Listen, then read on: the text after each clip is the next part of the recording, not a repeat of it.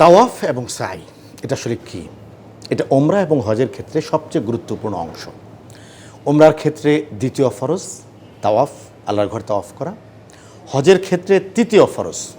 ওমরার ক্ষেত্রে দ্বিতীয় ফরজ মানে হলো প্রথম ফরজ এহরাম বাঁধা, দ্বিতীয় ফরজ আল্লাহর ঘর তাওয়াফ করা। হজের ক্ষেত্রে প্রথম ফরজ এহরাম বাঁধা, দ্বিতীয় ফরজ আরাফায় অবস্থান করা, তৃতীয় ফরজ ফরজ তাওয়াফ করা। সুতরাং তাওয়াফের ক্ষেত্রে এমন কিছু ভুল ভ্রান্তি আমাদের হয়ে যায় যে ভুল ভ্রান্তিগুলি থেকে আমাদের বেঁচে থাকা উচিত। আমরা একটু জানবো তাওয়াফ কাকে বলে। আল্লাহর ঘরকে 7 বার প্রদক্ষিণ করাকে তাওয়াফ বলে। এটার শুরু হবে হাজর আসওয়াদ থেকে, শেষ হবে হাজর আসওয়াদে। 1 নম্বর বিষয়। 2 নম্বর বিষয় হলো আর তাওয়াফু কা সলাত, তাওয়াফটা নামাজের মতো। ইল্লাল কালাম, পার্থক্য হলো নামাজের মধ্যে কথা বলা যায় না, কিন্তু তাওয়াফের মধ্যে প্রয়োজনীয় কথা বলা যায়। আমি বাক্যটা আবার রিপিট করছি, তাওয়াফের ক্ষেত্রে প্রয়োজনীয় কথা বলা যায়। অপ্রয়োজনীয় কথা বলা অথবা এমন কোনো কাজ করা যেটা ইবাদতের সাথে সাংঘর্ষিক, এমন কাজ থেকে তাওয়াফরত অবস্থায় আমাকে অবশ্যই বেঁচে থাকতে হবে। হাজারে আসওয়াদ থেকে বিসমিল্লাহি আল্লাহু আকবার বলে পুরুষরা তাদের 2 হাতকে কান বরাবর, কানের লতি বরাবর উঁচু করে হাতের তালুকে কেবলামুখী রেখে বিসমিল্লাহি আল্লাহু আকবার ওয়ালিল্লাহিল হামদ ওয়াসসালাতু ওয়াসসালামু আলা রাসূলিল্লাহ, পুরা দোয়াটুকু, সম্পূর্ণ দোয়াটুকু পড়তে না পারলে শুধু বিসমিল্লাহি আল্লাহু আকবার বলে হাজর আসওয়াদ থেকে আমাদের তাওয়াফ শুরু হবে এবং আবার ঘুরে হাজরে আসওয়াদে আসব। বলে রাখা ভালো, কাবা শরীফের 4টি কোণা, কোণার আরবি হলো রুকন, যেটাকে আমরা ইংরেজিতে পয়েন্ট বলি। 4টি পয়েন্ট, 4টি রুকন।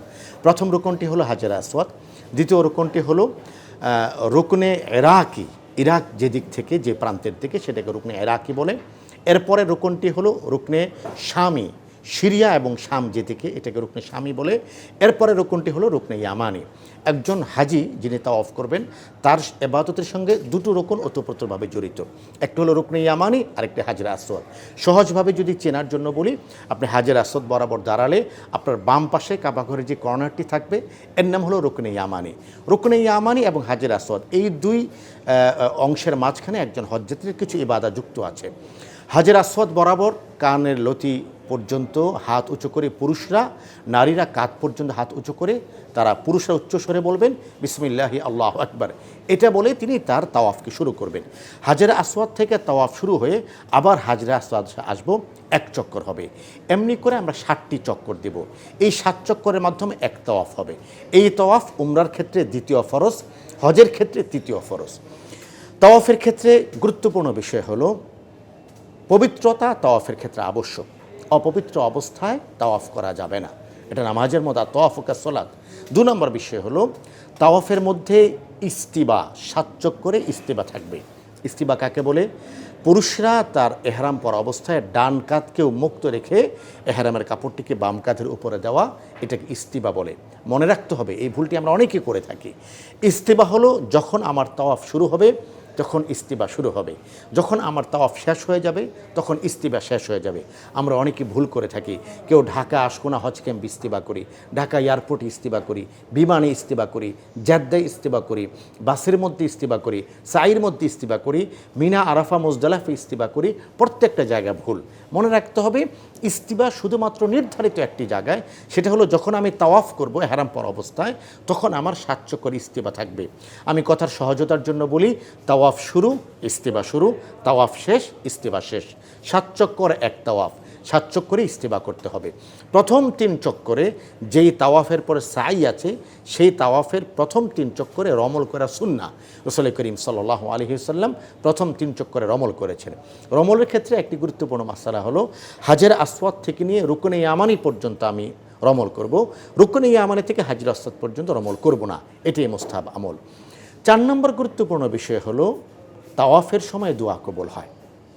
এক্ষেত্রে সময় টিভির সম্মানিত দর্শক শ্রোতাকে আমি একটি কথা বলতে চাই, যেটা আপনি একটু মনে রাখবেন। সেটা হলো দোয়া নিয়ে 2টো বাক্য, একটা হলো দোয়া করা, আরেকটা হলো দোয়া পড়া।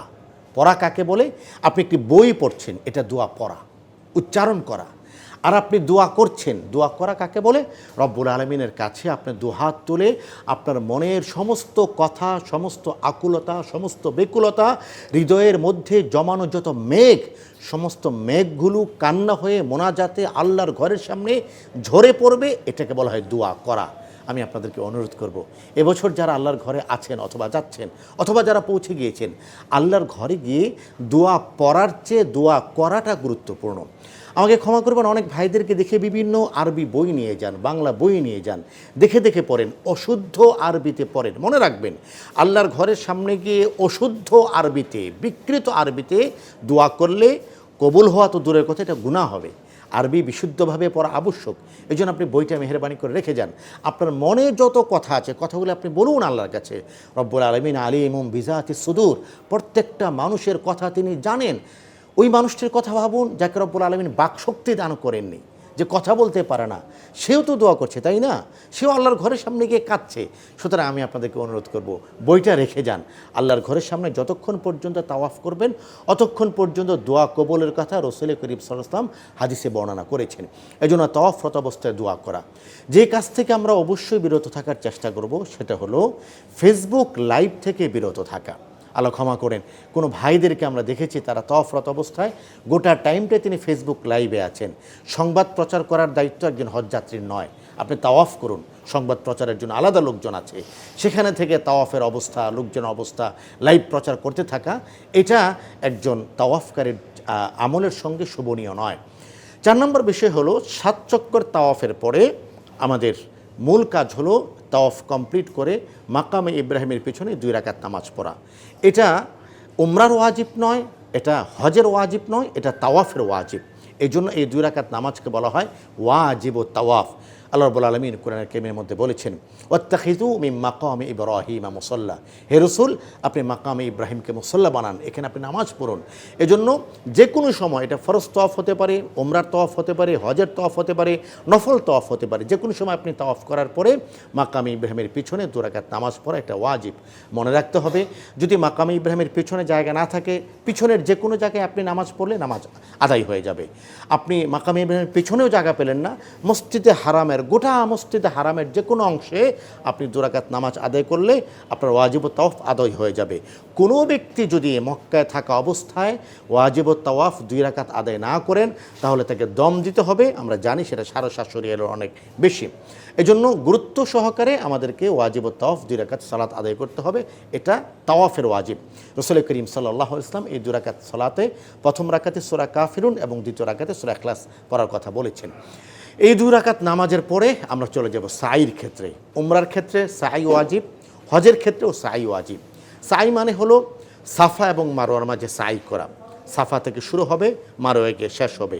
সাফা থেকে শুরু হয়ে মারোয়া পর্যন্ত যাব 1 চক্কর, মারোয়া থেকে শুরু করে সাফা পর্যন্ত আবার ফিরে আসবো 2 চক্কর। আল্লাহ ক্ষমা করুন, কোনো মানুষ মাসআলা না জানার কারণে তাওয়াফে তিনি যেমনটি করেন, হাজরে আসওয়াদ থেকে শুরু করে আবার হাজরে আসওয়াদে আসেন, সাইর ক্ষেত্রে এই ভুলটা করেন। সাফা থেকে শুরু করে আবার সাফায় আসাকে কেউ 1 চক্কর মনে করেন। বিষয়টা এমন নয়। সাফা থেকে আমি যখন মারোয়ায় পৌঁছে গেলাম, আমার 1 চক্কর হয়ে গেল, আবার মারোয়া থেকে সাফায় আসলাম 2 চক্কর হয়ে গেল। সাইর ক্ষেত্রে কিছু সুন্নাহ আমল রয়েছে। রাসূল করিম সাল্লাল্লাহু আলাইহি ওয়াসাল্লাম যখন সাই করতে সাফা পাহাড়ে আরোহণ করেছেন, কয়েকটা আমল করেছেন। 1 নম্বর হলো, তিনি সাফা পাহাড়ে আরোহণ করার ক্ষেত্রে কোরআনের সে বিখ্যাত আয়াত বলেছেন, বিসমিল্লাহির রহমানির রহিম, ইন্নাস সাফা ওয়াল মারওয়াতা মিন শাআইরিল্লাহ। এবং সাফা পাহাড় আগে না মারোয়া আগে, সাই থেকে শুরু হবে। রাসূল বলেছেন, আবাদাউ বিমা বাদা আল্লাহু বিহি। এটি মুআল্লিম সাহেব যারা আছেন তারা হয়তো উচ্চারণ করবেন, সুযোগ থাকলে আপনি তাদের সাথে উচ্চারণে সংযুক্ত হবেন।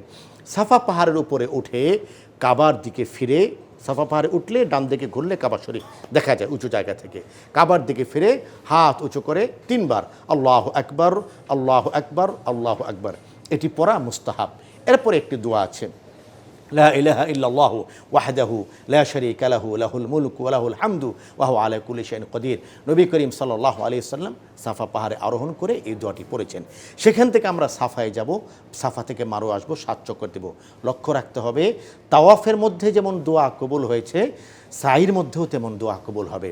এজন্য তাওয়াফের 7 চক্কর এবং সাইর 7 চক্কর, এই দুটা সময়ে যেন আমি দোয়ার মধ্যে নিমগ্ন থাকি। আমার সাই শেষ হয়ে যাওয়ার পরে গুরুত্বপূর্ণ কাজ হলো মাথার চুল কাটা। হলক করতে পারি, ন্যাড়া করতে পারি, অথবা চুল ছোট করতে পারি। নারীরা মাথার সমস্ত চুলগুলিকে ধরে অগ্রভাগ থেকে 1 কড়া পরিমাণ কেটে দেবেন, আমার ওয়াজিব আদায় হয়ে যাবে। লক্ষণীয় বিষয় হলো, সাই কমপ্লিট হওয়ার পরে আমি কিন্তু হালাল হইনি, কারণ আমার চুল কাটার আমলটা বাকি রয়ে গেছে। এই জন্য চুল কাটার আগ পর্যন্ত আমি এমন কোনো কথা যেন না করি, কাজ যেন না করি যে কথা এবং কাজ আমার এহরামের ক্ষেত্রে সাংঘর্ষিক হয়ে পড়ে। আমরা অনেককে দেখেছি সাই করার পরে তারা রিল্যাক্স মোডে চলে যান, তারা মনে করেন এখন মনে কোনো বিধিনিষেধ নেই। না, আমি আপনি ফুল বিধিনিষেধের মধ্যে আছি। যখন আমি চুল কেটে ফেলবো তখন আমি স্বাভাবিক পোশাক পরিধান করতে পারবো। এই জন্য তাওয়াফ এবং সাই অত্যন্ত গুরুত্বপূর্ণ ইবাদত। রব্বুল আলামিন আমাদেরকে সুন্নাহ অনুযায়ী তাওয়াফ এবং সাই আদায় করার তৌফিক দান করুন। জাযাকুমুল্লাহ খাইর। আসসালামু আলাইকুম ওয়া রাহমাতুল্লাহি ওয়া বারাকাতুহু।